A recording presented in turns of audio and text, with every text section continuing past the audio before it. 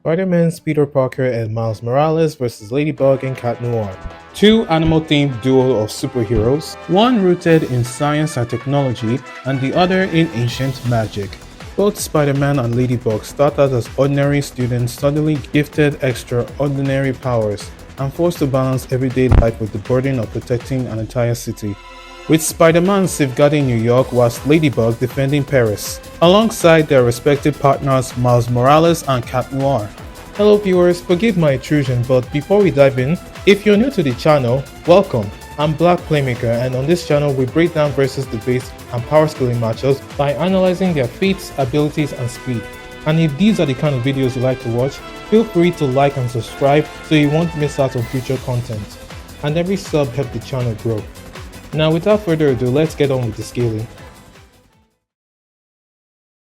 Peter Parker has proven himself capable of taking on New York's most dangerous villains, as over the course of his battles, Peter defeats multiple members of the Sinister Six, with threats like Electro, who destroyed a massive industrial smokestack, which was calculated to exert 3.65 levels of TNT, and Rhino capable of destroying multiple city blocks, as he is tearing through buildings and heavy city infrastructure. His speed is also impressive as he casually dodges bullets, missiles, and even reacts to Electro's high-voltage lightning attacks, while even weakened. It's a testament to his great reaction speed and his precognitive spider sense, an ability to anticipate threats before they strike. With his advanced web-based mobility combined with gadgets such as web bombs, electric webs, and trip mines, Peter ensures he maintains control over any battlefield. When Miles Morales steps into the spotlight in his own game, he establishes himself as a pretty good high-tier hero in his own right, as he survives and redirects the energy of the new form reactor, which in-game is stated to have the power to vaporize Harlem. This energy output was calculated to exert 55.58 megatons levels of TNT, enough to take out an entire city. Unlike Peter, Miles has other abilities aside from the run-of-the-mill spider sense. One of them being this bioelectric power he calls Venom, which is basically electricity his body generates. And with it, Miles was strong enough to crystallize chunks of the massive Sandman, which could exert 795 kilotons of TNT. And Peter's iron spider arms are durable enough to safely channel Miles' venom blasts. That also implies the arms themselves could withstand and even act as a shield against forces on that same scale. On top of that, Miles also has the ability to turn invisible, giving him a major edge in both combat and stealth situations.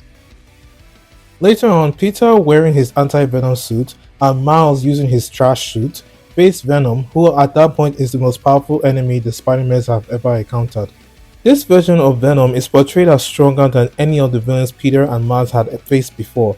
As a result, he would scale above Sandman's earlier feat of creating a massive sandstorm, which was calculated to exert roughly around 15 kilotons of TNT.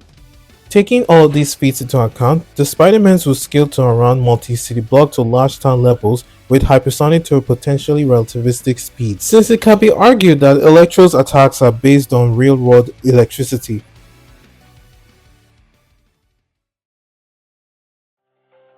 Marinette, Dupen, Chang, and Adrian Agreste. They're just normal kids who live normal lives, but there's something about them that no one knows yet, cause they have a secret.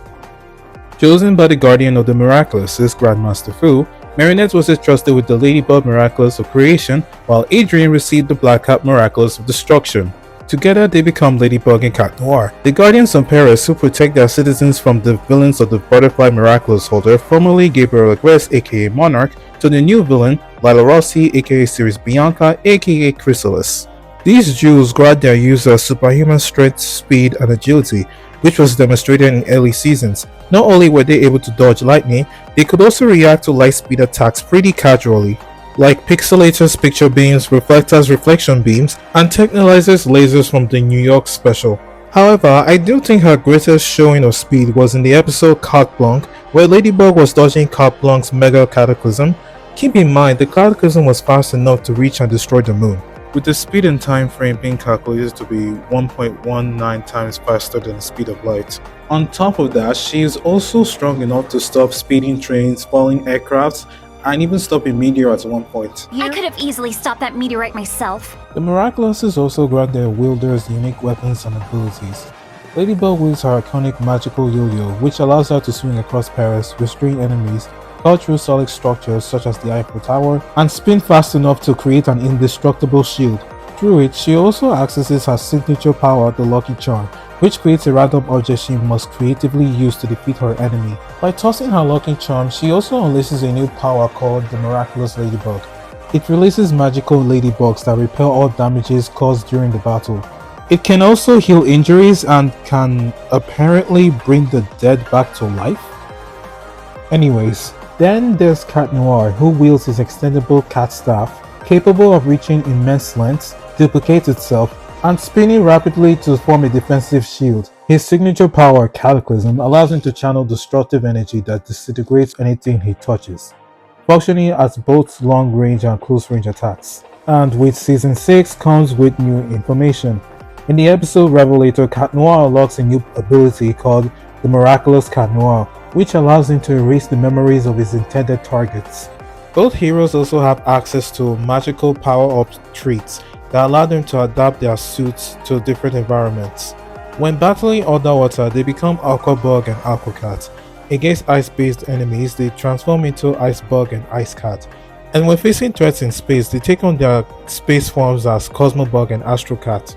Now, with all these powers, Ladybug and Cat Noir were able to beat a lot of powerful villains in their verse. One of them being the iconic Stormy Weather, a powerful villain that created a giant volcano that was strong enough to move the entire planet. I know a lot of people are going to argue that Ladybug and Cat Noir don't really scale to their villains, simply because they always destroy their acclimatized object to defeat them. However, I think that's not really the case. After all, not only do they always tank attacks from said villains, this feat took place in Season 3, and Miraculous is currently at Season 6, where Ladybug and Cat Noir are far more stronger than how they used to be. However, if you're still a little bit skeptical about it, there is another feat that supports the planetary scaling. In the episode Dearest Family, Tiki was going on a rampage and created a giant galette that was larger than the Earth itself. But Cat Noir ends up destroying it by using his Cataclysm. And before you jump at me in the comics, yes, I am well aware that this is more of a hacks feat than a strength feat. However, Cat Noir does scale to his Cataclysm because in the episode Miracular, the villain in said episode was able to steal Cat Noir's powers and hits him with the Cataclysm, and Cat Noir survives. Even Claw Noir, his evil alternate universe self, got hit with the Cataclysm as well, and even he survived it. How can they use their powers repeatedly without transforming back? Using the power of the Miraculous draws vital energy from the Kwami, but also from the holder. So there is a security system to protect those who are still a little too young. Like you and Cat Noir, you transform back before it becomes dangerous for you. Alright, time to address the elephant in the room, the 5-minute time limit. Earlier in the series, after using their powers, Ladybug and Cat Noir had only 5 minutes before de-transforming. However, by the end of Season 5, they overcome this limitation through sheer willpower. Now them and the rest of the heroes can use their powers without worrying about transforming back, which goes to show how far these two teenage heroes have grown throughout the year. Overall, Ladybug and Cat Noir would be around launch planetary level with FTL to FTL plus speeds.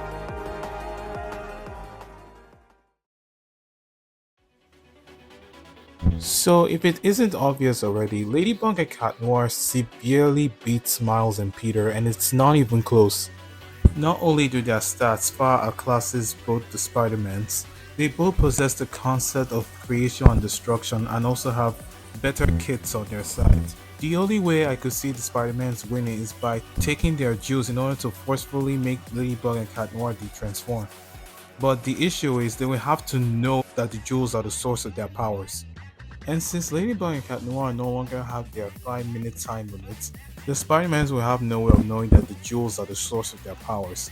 And sure, Miles can turn invisible, but that's not a power that Ladybug and Cat Noir haven't already faced before, so yeah, it's over for the two Spider-Mans. Ladybug and Cat Noir wins. It's not close.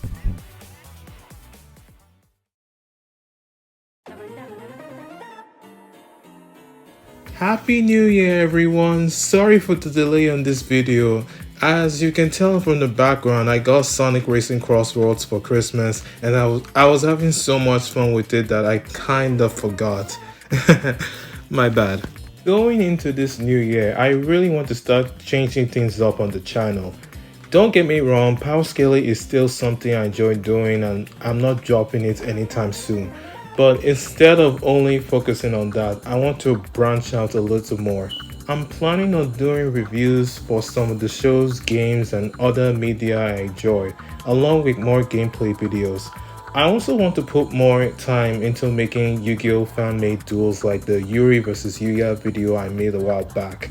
Those are honestly some of the most fun projects for me and I love to do more of them. Overall, I just want to bring more variety to the channel and try out new ideas while still keeping content you guys enjoy. I really appreciate everyone who's been supporting the channel, sticking around and watching the videos. It honestly means a lot. Thanks for watching and I hope to see you all next time.